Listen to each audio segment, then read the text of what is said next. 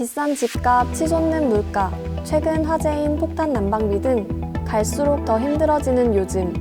우리가 한번 생각해 봐야 할 요금이 있어. 바로 관리비야.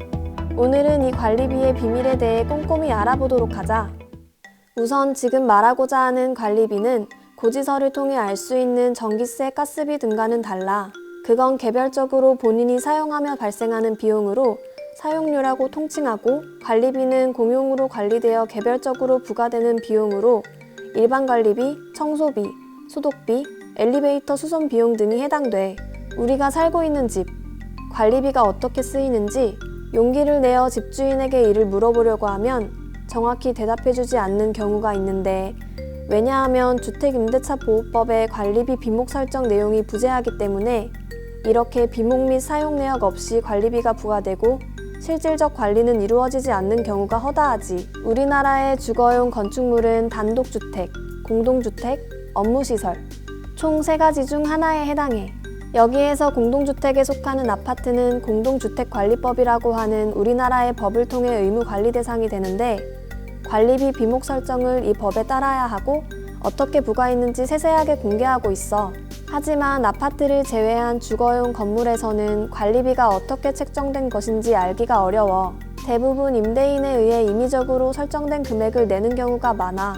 우리가 흔히 원룸이라고 부르는 다가구 주택이나 다세대 주택, 연립주택, 오피스텔도 마찬가지지. 그렇다 보니 비목 및 사용 내역이 없는 관리비를 악용하는 사례들이 많아지고 있어. 물론 아파트 말고도 시설 관리 위탁을 통해 투명하게 운영하는 집들도 있지만 그렇지 않은 경우들이 허다하지. 한번 알아볼까? 직방, 다방 등 자취를 처음 시작해 집을 둘러보려고 할 때 이런 집들을 본 적이 있을 거야. 아니, 돈을 많이 받고 싶으면 월세를 올리지 왜 관리비를 올리는 거야? 그냥 눈속임인가? 어차피 우리가 내는 금액은 똑같지 않나? 과연 그럴까? 임대료를 매달 세입자로부터 꾸준히 지급받는 경우 금액이 커진 만큼 임대소득세를 내야 하는데, 이를 축소시키기 위해 관리비로 부과하는 거지. 또한 건강보험료도 임대료가 많을수록 납부 금액이 커지기 때문에 편법으로 회피하려는 경우도 많아. 제가 내는 금액만 줄어드는 거지 세입자들은 아무 피해 볼 게 없어요. 천만에. 연말정산 시 무주택자이면서 일정 금액 이하 소득을 버는 사람에게 최대 17%의 월세 세액공제를 해주고 있는데, 월세를 줄이고 관리비를 높이게 되면 세입자가 환급받을 수 있는 금액이 더 줄어들게 되지. 두 번째 악용 사례. 우리나라에서는 계약 만료 시 살고 있는 집에 계약갱신을 할 수 있는 권리가 있고, 현재 월세 50만 원인 집에서 살고 있는 상태에서 이 권리를 사용하면 다시 계약을 하더라도 월세는 절대 52만 5천 원을 넘을 수가 없어.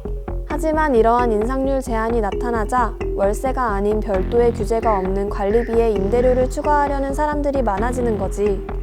살고 있는 집 계약을 연장한다고 하니 처음엔 주변 시세가 너무 올라서 관리비 포함 17만 원을 올리시겠다고 해서 최대 60만 원까지는 내겠다 했지만 거절당했고, 이유 알아보니 법적으로 전월세 인상 5%를 넘기지 못한다고 60만 원도 낼 수 없다고 하니, 이번에는 제가 좋아하는 법대로 하시겠다며 보증금 5% 플러스 월세 5%를 올리되 관리비를 5만 2천 원 인상해서 12만 2천 원을 받겠다고 하십니다. 세 번째는 임대차 신고제 회피를 위해 임대료를 관리비로 전가하는 거야. 우리나라 법에서는 임대차 신고 대상을 보증금이 6천만 원을 초과하거나 월 차임이 30만 원을 초과하는 주택임대차 계약으로 정하고 있어. 신고 의무를 피하기 위해 월세를 30만 원으로 맞추고 차액을 관리비로 전가하는 사례들도 종종 보이곤 해.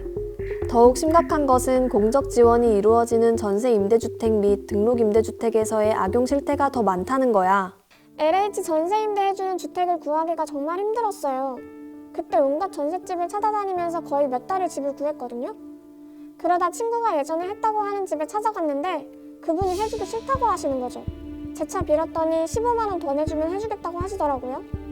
다 알겠고 계약만 해달라 해서 매월 임대인분 통장으로 넣어드렸어요. 공공주택 사업자와 맺는 정식 계약 외에도 임대인과 세입자 간에 직접 계약이 이루어지는 이중계약이 팽배하다고 해. 그리고 여기 특약의 관리비 부과에 관한 사항을 포함하는 사례야. 전세 임대주택을 해주려는 집주인은 적고 희망 세입자는 많다 보니 임대료를 관리비에 부과하는 이런 경우가 아주 많다고 해. 민간 임대사업자가 운영하는 등록 임대주택의 경우도 마찬가지야. 취득세, 재산세 감면 혜택이 있는 대신 세입자 보호를 위한 임대료 상승 제한 등 일부 규제가 적용되는데 이를 회피하기 위해 마찬가지로 관리비를 이용하는 악용 사례가 많다고 해. 지난 2월 6일 국토연구원에서 발간된 국토정책 브리프, 깜깜이 관리비 부과 실태와 제도 개선 방안에 따르면 관리비 제도 공백 노출에 해당되어 있는 가구는 약 429.6만 가구로 추정되고 이는 우리나라 전체 가구의 20.5%에 해당된다고 해. 자, 그렇다면 이러한 제도를 개선하기 위해서는 어떠한 노력들이 필요할까? 안녕하세요. 비아파트 세입자 관리비 부과 실태와 제도 개선 방안 보고서의 저자 주택토지연구본부 윤성진입니다. 관리비는 누구한테 내는지에 따라 관리 주체에 의해 부과되는 관리비와 임대인에 의해 부과되는 관리비로 나눠볼 수 있습니다. 깜깜이 관리비 문제는 우리나라 관리비 제도 특성에서 기인하는데요. 현실에서 실제로는 임대인에 의해 다양한 방식의 관리비가 부과되고 있는데 비해 이에 대한 제도가 없이 관리 주체에 의해 부과되는 관리비에 대한 제도만 존재하고 이러한 제도조차도 아파트를 중심으로 운영되기 때문에 사각지대가 존재한다는 것입니다.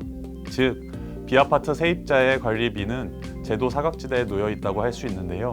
이러한 제도 공백 가구가 약 429.6만 가구에 달하고 이는 우리나라 전체 가구의 5분의 1에 해당합니다. 이는 상당한 가구가 관리비 내역 미공개, 임대료의 관리비 전가 위협으로부터 적절한 제도적 보호를 받지 못하는 상태에 놓여 있음을 의미합니다. 이러한 제도 공백으로 인한 문제는 통계 자료를 활용한 계량 분석에서도 확인됩니다. 여러 변수를 통제한 3중 차분 모형에서도 임대차법 이후 제도 공백 가구의 관리비 상승이 다른 가구에 비해 13.6%에서 25.3% 높게 나타나 관리비의 임대료 전가 현상을 확인할 수 있었습니다. 이러한 관리비 제도 개선을 위해서 관리비는 실사용 금액에 근거하여 예측 가능하게 부과하고 투명하게 운영해야 하며 제도 운영에 사각지대가 없어야 한다는 원칙을 분명히 해야 할 것입니다. 이를 위해 임대인에 의해 부과되는 관리비를 제도화하고 기존의 복잡한 법률을 관리비 부과 주체에 따라 주택임대차보호법과 공동주택관리법으로 정리하는 것이 필요합니다. 일부 영세하게 주택을 임대하는 경우 체계적인 관리비 부과가 어려운 경우가 존재할 수 있습니다. 이 경우에는 불투명한 관리비 수치 및 운영을 제도적으로 용인하는 것이 아니라 그 금액을 임대료에 포함하도록 유도하여 원칙을 유지하는 것이 필요하다고 생각합니다. 비아파트 세입자의 깜깜이 관리비 문제는 상대적으로 비아파트의 관리가 부실하고 세입자의 교섭력이 낮은 것에서 기인합니다. 비아파트 관리 개선 및 공적 역할 강화, 세입자의 사회적 지위 개선 등 장기적이고 근본적인 접근도 병행되어야 할 것입니다.